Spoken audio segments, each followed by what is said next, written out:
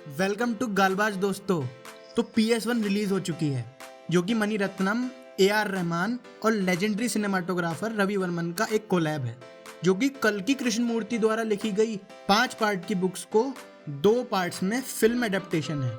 Let's talk about what works for me and what doesn't. ये एक spoiler discussion होने वाला है, तो थोड़ा ध्यान रखना। काफ़ी इंटरेस्टिंग चीज़ें मिलेंगी आपको, तो प्लीज़ आखिर तक वीडियो में बने रहना।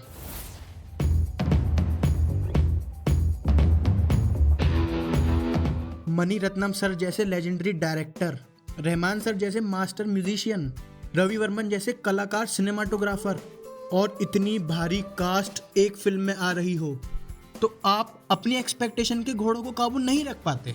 ऊपर से आपको जब ये पता लगे कि ये एक one of the greatest Tamil novel से अडेप्टेड फिल्म है, तो भैया सोने पे सुहागा है।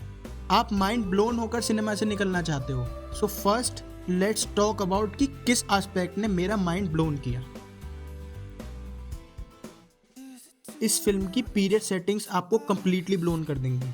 कभी कभी मणि रत्नम की फिल्म देखकर ये लगता है कि फिल्म के एवरी सिंगल डिपार्टमेंट एकदम सिंक में काम कर रहे हैं।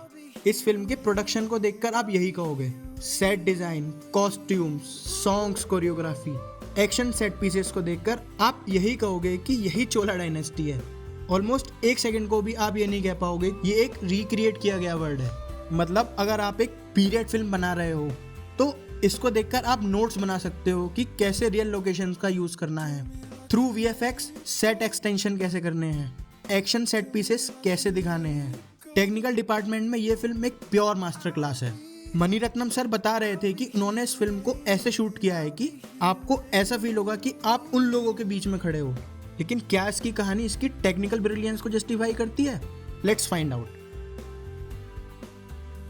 फर्स्ट आपको लगता है कि कार्तिक के कैरेक्टर के थ्रू इस डायनेस्टी को आप समझोगे। फर्स्ट हाफ तक ऐसा होता भी है। यू अंडरस्टैंड कि एक रिबेलियन होने वाली है। आप एक्सपेक्ट करते हो कि फिल्म आगे इसी ट्रैक पर चलेगी। लेकिन सडनली सेकेंड हाफ में फिल्म का असली प्रोटैगनिस्ट पोनियन सेल्वन की एंट्री हो जाती है। यही फिल्म एक डिफरेंट पाथ पकड़ लेती है। मेरा सदन व्यूअर से एक सवाल है कि क्या तमिल सिनेमा में ये एक ट्रोप है क्या कि प्रोटैगनिस्ट को आप सेकंड हाफ में इंट्रोड्यूस करते हो? विक्रम में भी ऐसे ही दिखाया गया है। प्लीज कमेंट करके बताना। अब आप डॉट कनेक्ट करने लग जाते हो कि अच्छा, पांड्यन, राष्ट्रकूट और चोल खुद इसके पीछे पड़े हैं। फिर यू स्टार्टेड एक्सपेक्टिंग कि अच्छा, विक्रम और पोनियन सेल्वन इकट्ठा होंगे इस रिबेलियन को रोकने के लिए, साथ ही अदर एनिमीज से भी निपटेंगे। सडनली ऐसा होने से पहले ही एक समुद्री लड़ाई हो जाती है। पोनियन मर भी जाता है, जिंदा भी हो जाता है, लेकिन आपको कुछ फील नहीं होता। ऑल्दो बंदा अपने किरदार में जम तो रहा था। आप कह रहे थे कि यार हाँ, ये हीरो तो है, वो कैसे अपनी डिस्गाइज चेंज करके अपने राज्य के डेंजर को वहां से हटा देता है। ये मूव मुझे बहुत पसंद आया। कुल मिलाकर आप एक्सपेक्ट कुछ करते हो कुछ जाता है फिल्म में। नंदिनी को थ्रोन पर क्यों बैठना है? एक्चुअल में रिबेलियन इस राज्य में हो ही क्यों रही है? एक्चुअल क्या पॉलिटिक्स चल रही है? मुझे तो कुछ समझ नहीं आया। वो सिंगला वाली पॉलिटिक्स भी पर लेनी पड़ी मेरे, और वो धूमकेतु वाले एंगल का आंसर भी ढूंढता रह गया मैं कि एक्चुअली चोल साम्राज्य में किसकी जान जाएगी, क्योंकि पोनियन सेल्वन तो मारा नहीं गया। एक बार फिर मिस्टीरियस पोनी देवी ने उसकी जान बचा ली। क्या कार्ती मरा? अब ये समझ में नहीं आ रहा। क्या विजयराज की मौत हुई, या फिर ये एंगल अगले पार्ट में रिजॉल्व होगा? अगर आपके पास कुछ आंसर्स है तो प्लीज कमेंट करके बताना। मैं तो सोचता ही रह गया कि अब इस एंगल का होगा भी या कुछ नहीं। इन सब की वजह से मेरी एक्सपेक्टेशन फिर लॉस्ट हो गई। मुझे ये भी समझ नहीं आया कि विक्रम और नंदिनी के डायनेमिक्स एक्चुअली हैं क्या। बंदा क्यों इतना पागल हो रहा है इसके पीछे?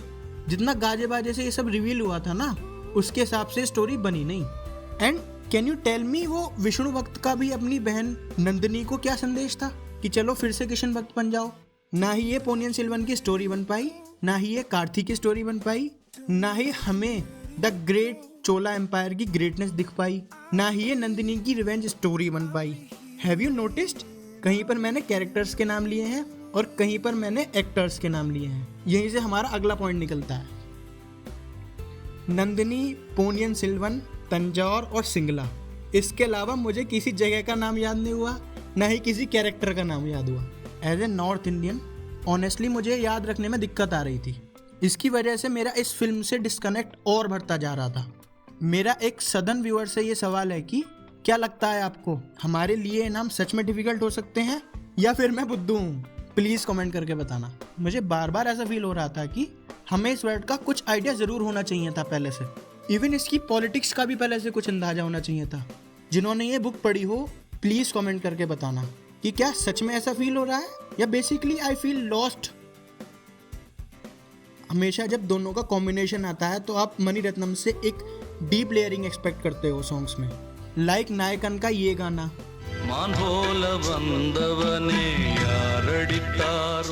एकदम वो सारे इमोशंस पैदा कर देता है कमल हसन के ऊपर।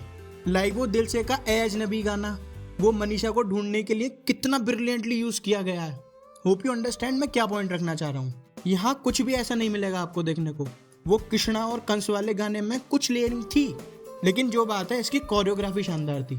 बाकी वो कावेरी वाला गाना सिर्फ रास्ता पार करने के लिए यूज हुआ और वो काली वाला सॉन्ग सिर्फ उत्सव दिखाने के लिए यूज हुआ। कोई डीप लेयरिंग नजर नहीं आई मुझे। एक गाना जो त्रिशा और नंदिनी की दुश्मनी वाले डायनामिक्स डिपिक्ट करता है वो लेयर्ड लगा। ऑल्दो इंडिविजुअली सॉन्ग्स बढ़िया थे, लेकिन फिल्म के हिसाब से वर्क नहीं कर रहे मेरे लिए। I am still very excited to watch its second part. Hope मेरे सारे सवालों का जवाब वहाँ मिल जाए। नहीं भी मिलता है तो इसकी टेक्निकल ब्रिलियंस के लिए मैं ये फिल्म ज़रूर देखूंगा। तो गाइज आपको ये मेरी वीडियो कैसी लगी प्लीज़ कमेंट करके बताना। और हाँ, लाइक शेयर और सब्सक्राइब जरूर करना। Thank you for watching.